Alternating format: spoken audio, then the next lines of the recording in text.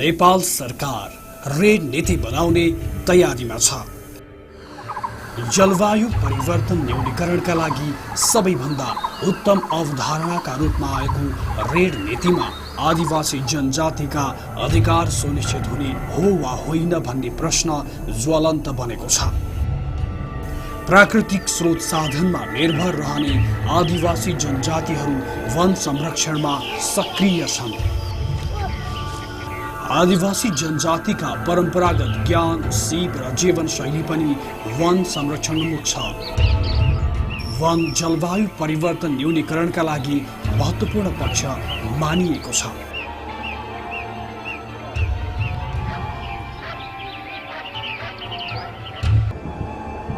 तर जलवायु परिवर्तनका कारण सबैभन्दा बढी असर आदिवासी जनजातिमै परिरहेको छ।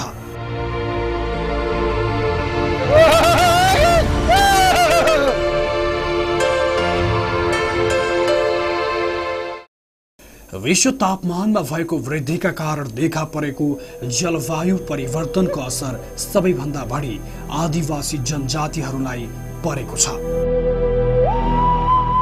उनीहरूको जीवन पद्धति प्रकृतिसँगको अन्योन्याश्रित सम्बन्धमा रहेका कारणले पनि प्राकृतिक रूपमा देखा परेका विपत्ति वा परिवर्तनले उनीहरूलाई अरू समुदायलाई भन्दा छिटो र धेरै असर गर्ने गरेको हो।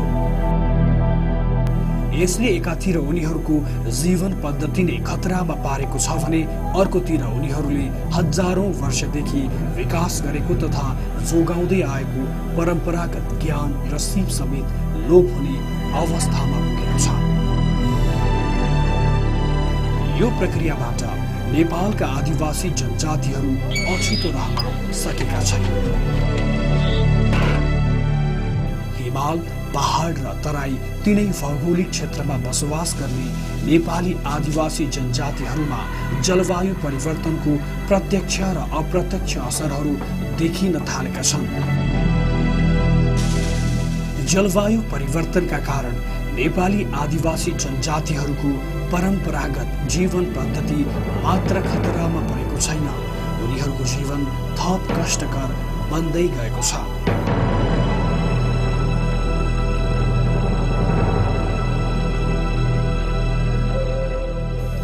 जलवायु परिवर्तनका कारण प्राकृतिक स्रोत साधनको यथास्थितिमा आएको परिवर्तनले गर्दा उनीहरूले हजारौं वर्षदेखि परम्परागत ज्ञान र सिप लोप हुने अवस्थामा पुगेको छ।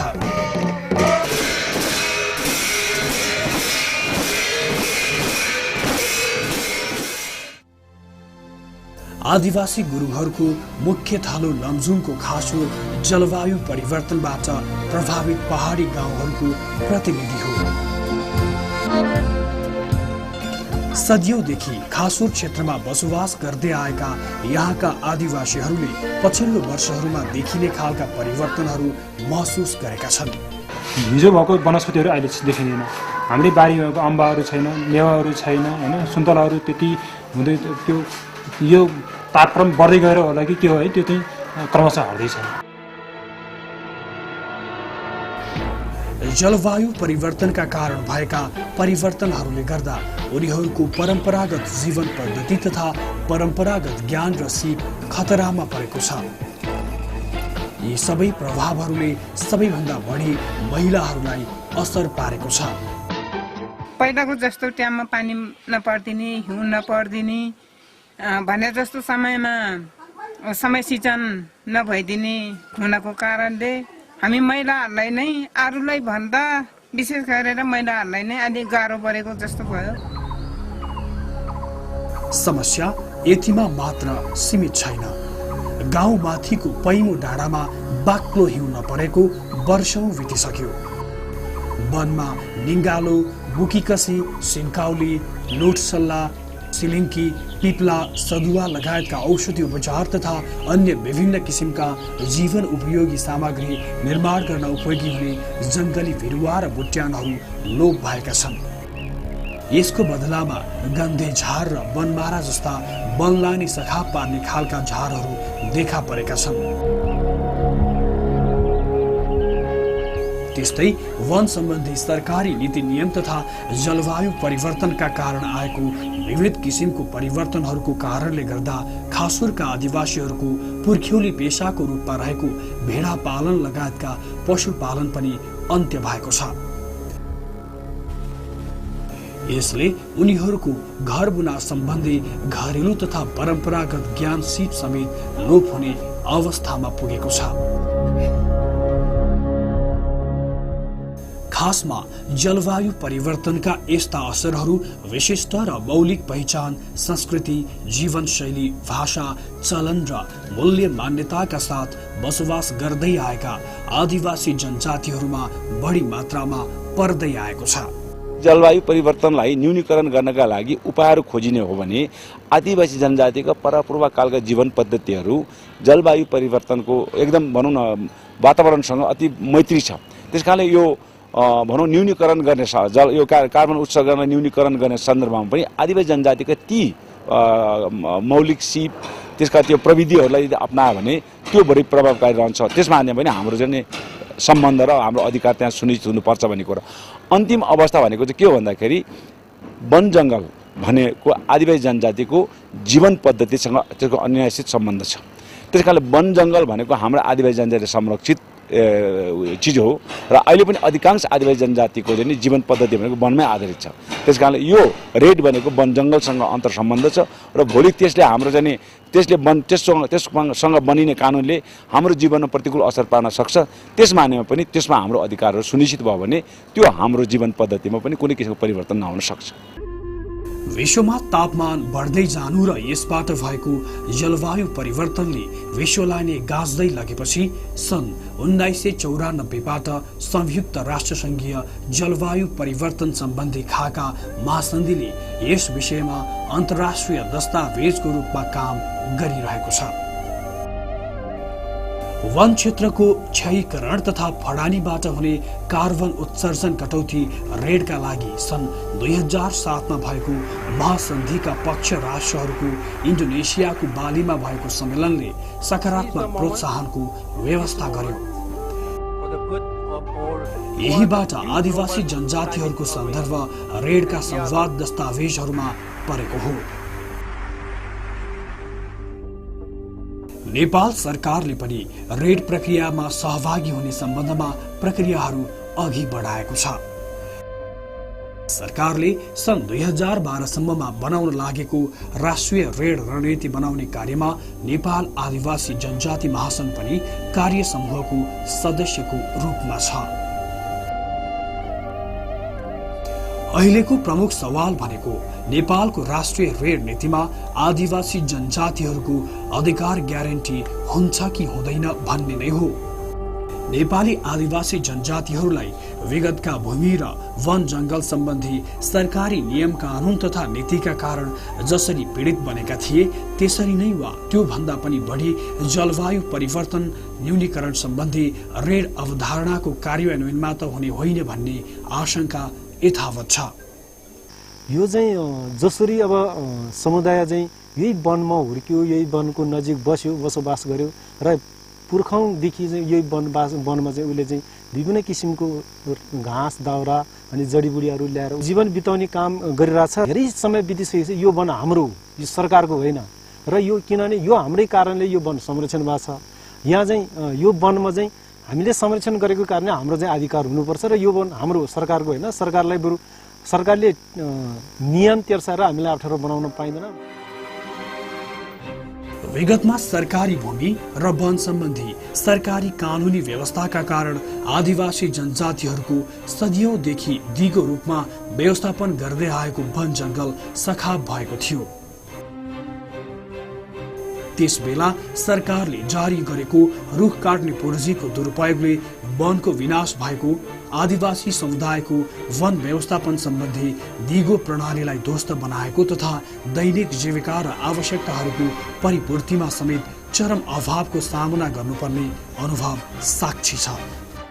सरी यहाँ इजुले यहाँ टडिङर सिम भयो, यहाँ टडिङर मसिन भयो, हाँ फाजे चाहिँ भयो, हाँ सानो मलाई चाहिँ मलाई चाहिँ न भयो यहाँ, हाँ कोही समय भयो त्यसले यहाँ समय जबरदस्ती यहाँ चाहिँ सुधारी अब अफन भी रहे पोखरे पारे ngल भी रहे काय कामरी चाहिँ फेरि कोही चुरी खाएर फेरि सरकार उजर लैछ मै हमें उजर लब्द क्या भी सुरुम हारी राष्ट्रिय धन लिएर 18 खण्ड बहुमतले ये सुर घोषालय ये फिर सुर वाले पी सुर ये घोषालय रे पी रे टेकर पी रे पी सलै मापी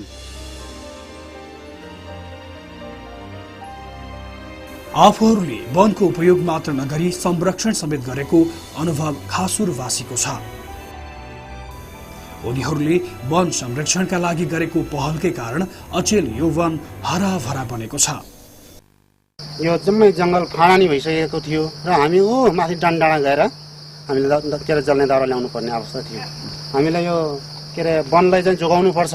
यो वन के रे जोगाएन भने हामीले के रे फाइदा हुन्न भन्ने कुराहरू हामी सबैले बुझेर यो वन चाहिँ हाम्रो यो वन चाहिँ संरक्षण यो मात्रै होइन हामीले 325.37 हेक्टर क्षेत्रफलको चाहिँ हाम्रो वन छ। आदिवासी सम्पत्ति भनेकै जंगल हो हैन। यहाँको जलस्रोत, यहाँको जंगल, जैविक विविधता यो आदिवासीले पाउनु पर्छ हैन। यो यदि जोगाउनु पर्छ, विश्व वातावरण सुधार्नु पर्छ र हामीले जोगाउनु पर्छ भने हामी के गरेर बाँध्ने?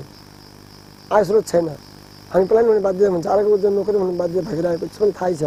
यसैले यो स्रोतको यसको क्षतिपूर्ति औद्योगिक मूल्यहरूले हामीले दिनुपर्दछ र यो सुविधा पाएर हामी सबै आदिवासी जनजाति विकास गर्ने बाँध्न सक्ने अवस्थामा पुर्याउनुपर्छ भन्ने त्यो व्यवस्था संविधानमा किताबमा लेखित हुनुपर्छ।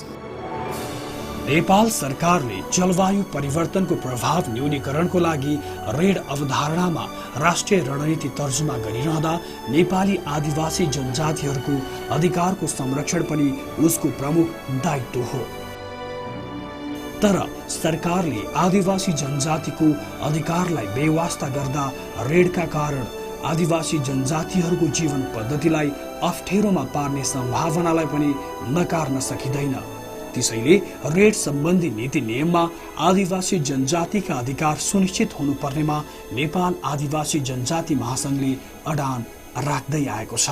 अब नेपाल सरकारले अहिले रेडको अवधारणालाई अगाडि सार्दाखेरि आदिवासी जनजातिहरूको सवाल जसले वर्षौंदेखि एउटा कुरा आवाज उठाउँदै आएको के हो भने आदिवासी जनजातिलाई स्थानीय समुदाय भनेर अब पुग्दैन। आदिवासी जनजातिको आफ्नो छुट्टै एउटा पहिचान छ, उनीहरूको संस्कृति छ, उनीहरूको परम्परा छ, उनीहरूको रहनसहन छ। त्यसकारण आदिवासी जनजातिहरूको निम्ति पनि रेडको रणनीति कार्यनीति बनाउँदाखेरि आदिवासी जनजातिहरूसँग सरोकार राख्ने, परोक्ष सम्बन्ध राख्ने यो सरकारले, यो राज्यले ILO 169 लाई पारित गरेको अवस्थामा, त्यसैगरी UNDRIP लाई पारित गरेको अवस्थामा त्यसलाई पनि ध्यानमा राखेर आदिवासी जनजातिहरूको सरोकारलाई विशेष गरेर ध्यानमा राखेर रेडको रणनीति, रेडको कार्ययोजना बन्नु पर्दछ। यदि त्यसो हुन सकेन भने आदिवासी जनजातिहरूको अधिकार स्थापित हुन सक्दैन। रेड रणनीतिका सम्बन्धमा आदिवासी जनजातिले राखेको चासो र मागलाई सरकारले छलफलको विषय बनाउँदै आएको छ। विभिन्न चरणको छलफलहरूमा आदिवासी जनजातिका अधिकारको विषय उठेको छ। सरकारबाट पनि आदिवासी जनजातिका अधिकारलाई समेट्ने प्रतिबद्धता व्यक्त भएको छ। यो रेडका नीति रणनीतिहरू बनाउनेमा हामीले आदिवासी जनजाति महासंघबाट प्रतिनिधित्व लिएका छौँ। त्यसै रेडको चाहिने एउटा कार्यदल छ। त्यो कार्यदलमा पनि आदिवासी जनजातिका प्रतिनिधित्वहरू हुनुहुन्छ, महिलाहरूका प्रतिनिधित्वहरू हुनुहुन्छ। त्यहाँ प्रतिनिधित्व भएको हुँदाखेरि उहाँहरूका भावनाहरूलाई त्यहाँ चाहिने उजागर गर्ने, तिनलाई चाहिने नीति कार्यनीतिहरूमा चाहिने समावेश गर्ने, परे कि परेनन् भनेर चेक जाँच गर्ने र पारित हुने बेलासम्म पनि उहाँहरूले त्यसलाई पछ्याएर ती कुराहरूलाई चाहिँ सुनिश्चितता गर्न सकिने ठाउँहरूको चाहिने हामीले एउटा खाका बनाएका छौँ र त्यसमा हाम्रो सहकार्य जारी छ। सरकारले रेड अवधारणामा राष्ट्रिय रणनीति बनाउँदै गरेका बेला आदिवासी जनजातिहरूको अधिकार सुनिश्चितताका लागि नेपाली आदिवासी जनजातिहरूको छाता संगठन नेपाल आदिवासी जनजाति महासंघले भने व्यापक सचेतना अभियान थालेको छ। नेपाल आदिवासी जनजाति महासंघ जलवायु परिवर्तन र रेड साझेदारी कार्यक्रम अन्तर्गत रेड सम्बन्धी नीतिमा आदिवासी जनजातिका अधिकार सुनिश्चित गराउनका लागि विभिन्न कार्यक्रमहरू भइरहेका छन्। जलवायु परिवर्तन र रेड साझेदारी कार्यक्रममा चाहिँ अहिले महासंघले विशेष गरेर चाहिँ अनुसन्धानमै बढी फोकस गरेको छ। हामीले चाहिँ विभिन्न जिल्लाहरूमा क्षेत्रहरूमा गाउँ गाउँमा चाहिँ विभिन्न ट्रेनिङहरू यो म्यानुअल बनाएपछि चाहिँ ट्रेनिङहरू दिने कार्यक्रमहरू गरिरहेका छौँ र त्यसको साथसाथै हामीले चाहिँ यो जनचेतना फैलाउने र क्षमता अभिवृद्धि गर्ने क्रममा चाहिँ यो सामुदायिक रेडियो त्यस्तै टेलिभिजनहरू भयो त्यस्तै गरेर यो पब्लिकेसन न्युज लेटरहरू बनाएर चाहिँ हामीले ठाउँ ठाउँमा चाहिँ यो जनचेतना फैलाउने र क्षमता अभिवृद्धि गर्ने खालकोमा कामहरूमा चाहिँ अहिले गरिरहेका छौँ। नेपाली आदिवासी जनजातिहरूले भूमि र वन सम्बन्धी गलत नीति तथा कानुनी व्यवस्थाहरूका कारण लामो समयदेखि विभिन्न किसिमका समस्याहरू झेल्दै आएका छन्। रेडको अवधारणा बनाउँदा पनि नेपाली आदिवासी जनजातिहरूले राखेका माग नेपाल सरकार पक्ष भइसकेका आदिवासी जनजातिहरूको अधिकार सम्बन्धी अन्तर्राष्ट्रिय श्रम संगठनको महासन्धि नम्बर 169 र आदिवासी जनजातिको अधिकार सम्बन्धी संयुक्त राष्ट्र संघीय घोषणा पत्रलाई न्यूनतम आधार बनाइनु पर्दछ।